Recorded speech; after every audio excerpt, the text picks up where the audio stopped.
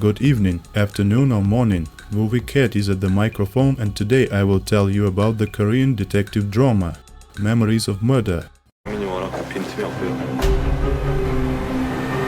South Korea, 1986. A serial killer attacking women at nights in the forests and wastelands appears in Hwaseong city. The first murder takes place in a rice field, in a drainage tunnel. Detective Park starts an investigation, but the police's investigative methods are ineffective, and forensic science does not yet exist in Korea. Park checks on a few guys the victim has been talking to. Detective interrogates them, photographs and accurately enters all the information in his notebook. However, everything that is written there says absolutely nothing to Park. A few days later, a second murder occurs. A huge number of onlookers and reporters run there, and Park did not think of protecting the crime scene. As a result, a tractor runs over the shoe print left by the criminal. The area around the body was also completely trampled. Speaking with his girlfriend, Park learns that there is a cafe on her street, the owner of which is a terrible misogynist. He has a son, a mentally retarded boy, Kwon-ho, who was seen spying on the first girl a few hours before her murder. Park, along with his impulsive and violent partner Yeong-gu, immediately arrest the teenager. An interrogation room is equipped in the basement of the police station where the boiler room is located. A chair, a table with a vise, and on the table is a rag attachment for a shoe. Yeong-gu uses it to avoid leaving boot marks on a suspect, as well as to keep shoes from getting dirty. Detectives force Kwon-ho to confess to the girl's murders. Park then takes the teenager's sneakers and drives to the second murder scene. Meanwhile, Detective Seo Tae-young arrives from Seoul to Hwaseong. Walking on foot, he asks for a right way from a woman passing by, but she, mistaking him for a murderer, runs away. Park, passing by, gets out of the car and starts beating Seo Tae-young until he finds out the guy is also a policeman and was sent here from the capital to search for a maniac. Park is surprised that Seo Tae-young, being a police officer, fights so poorly, and Seo Tae-young is surprised that Park's car stinks a lot. Park explains this is all because of the suspect's sneakers. At the second murder scene, Park leaves an imprint of Kwon-ho's sneaker instead of the real one the tractor erased. Park then takes a photo of the print. At the police station, Park reports to his captain they now have a confession and a hard evidence. Captain calls the journalists and says the maniac has been caught. Journalists take a photo of the captain and his detectives. Only Seo Tae-young refuses a photo. Detective Seo Tae-young doubts that Kwon-ho is the killer. He believes the guy's fingers are too weak to make 3 tight knots, which the victim was tied. During the investigative experiment, Seo Tae-young tries to explain this to his captain, but he simply refuses to listen. Suddenly, among the crowd of people, Kwon-ho's father appears and tries to break through to his son. As a result, under the scrutiny of the press, Kwon-ho is declared falsely accused. The captain is fired from the police, and a new, smarter captain is appointed to the Hwaseong police head position. He and his subordinates go to re-examine both murder scenes. Seo Tae-young, based on logic and deductive methods, suggests that there was also a third murder. Both already known victims were killed on rainy nights, both dressed in red. On the recently missing list, Seo Tae-young found a missing persons report for a girl in a red jacket, missed also on a rainy evening. The detective takes 2 police platoons and finds another bound dead body in one of the nearby fields. Now the police understand the pattern. During each murder it rains and each victim was wearing something red. Then captain decides to catch the maniac on live bait. As soon as a rainy evening comes, the police dress one of their women employees in red. Under the supervision of colleagues, she must walk along a country road near the field, in the area where the previous 3 murders were committed. At the same moment, one woman is about to go out and meet her daughter from school. She doubts a little at the door, but at the last moment, before going outside, she takes off her red jacket. She probably already heard about the preferences of the local maniac. When she walks along the field, she is attacked by an unknown person. The next morning at the next murder scene, the police find absolutely no evidence. The rain washed away the fingerprints on the umbrella and the boot's footprints on the ground. At the police station, one of the employees tells the detectives that she constantly listens to the radio. On the days when the murders were committed, someone sent a request to the radio station to play the song "Sad Letter." The song is not popular, it is ordered extremely rarely, so this is not a coincidence.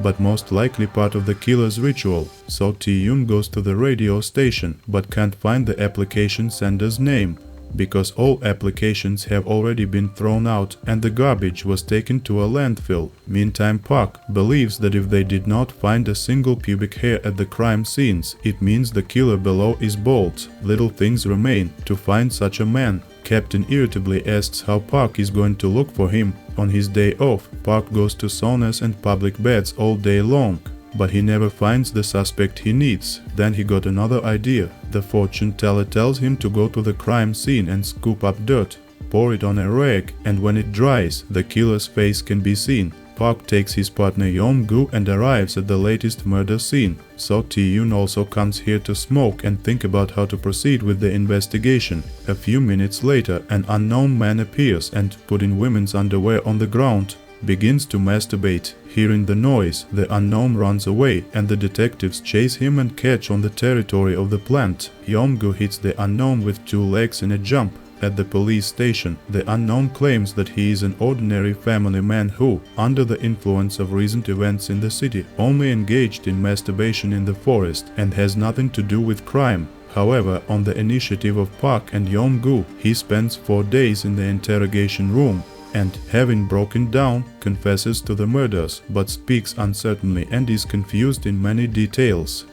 Seo Tae-young decides to check the rumor that a pervert often appears in the school toilets. Seo Tae-young conducts a survey of schoolgirls and teachers, but they have not heard of any pervert. After learning what case the detective is investigating, one of the teachers says that a strange woman has a house behind the hill who have been attacked by a rapist last year. Seo Tae-young finds this woman. She is very frightened and the detective calls his female colleague from the police station to get answers from the victim. She did not see the maniac's face, but when he clamped her mouth shut, she noticed the man had very tender and soft skin on his palms. That night, another murder occurs while the sad letter is playing on the radio. This time, Seo Tae-young gets the data of the song application sender. It is 20-year-old Hyun who moved to Hwaseong in autumn 1986, at the moment when the murders began. Hyun does not admit his guilt during interrogation, but at the same time he cannot remember the songs were played before and after said letter. Meantime, he claims that he listened to the radio station all evening.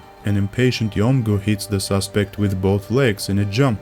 To avoid media outrage, Yeong-gu is suspended from this case. Seo Tae-young becomes obsessed with the case and wants to get Hyun's recognition with all his might. He remembers Kwon-ho's story and realizes that he spoke about the murder details like if he saw it from the side, and the detectives understand he may be an important witness. At the bar, they find drunk Yeong-gu, who starts a fight with the locals. During the fight, Kwon-ho hits Yeong-gu in the leg with a plank with a protruding nail. Frightened by a possible police revenge, Kwon-ho runs away. Seo Tae-young and Park, after catching up, try to ask him about the murders. Finally, Kwon-ho tells the detectives that he was spying on one of the murdered girls. Therefore, hiding in a haystack, Kwon-ho saw how the maniac raped the girl and even saw his face. It's not really possible to interrogate the guy because his father comes, and Kwon-ho runs away again and gets hit by a train.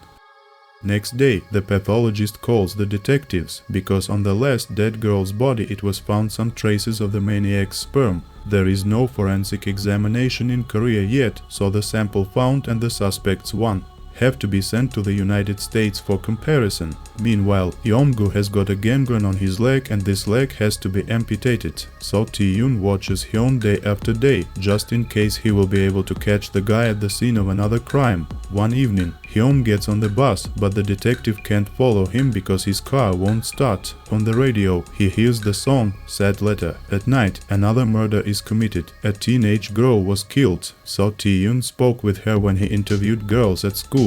Blinded by anger, the detective arrests Hyun, then severely beats him and demands a confession from him. Park comes running with the results of a DNA test, which says that since the two samples don't have an exact match, it's impossible to say with certainty that the suspect is the killer. A shocked Seo Tae-young doesn't believe the document and tries to shoot Hyun, but Park stops him. Hyun runs into the tunnel right in handcuffs. Year 2003. Park, having left the police, becomes a businessman. He now has a family. On the way to a business meeting, he decides to stop at a rice field where one of the murders once took place. He comes to the drainage tunnel where was found the first murdered girl's body. Meantime, a girl who lives nearby passes by the field. She tells Park that a few days ago she saw a man who, in the same way, looked into a drainage tunnel and said that he had come to remember what he had done here a long time ago. Confused, Park asks about the man's appearance. The girl replies he looked like an ordinary person. Thank you for watching. Press hearts, write any comment for my channel development. If the movie ending seems unusual and even strange, you are right. Probably the film wants to show us the most realistic detective investigation, when a lot of evidence says nothing and the killer is caught by a chance, or is not caught. At least the evidence I have gathered tells me that you are a subscriber of this channel.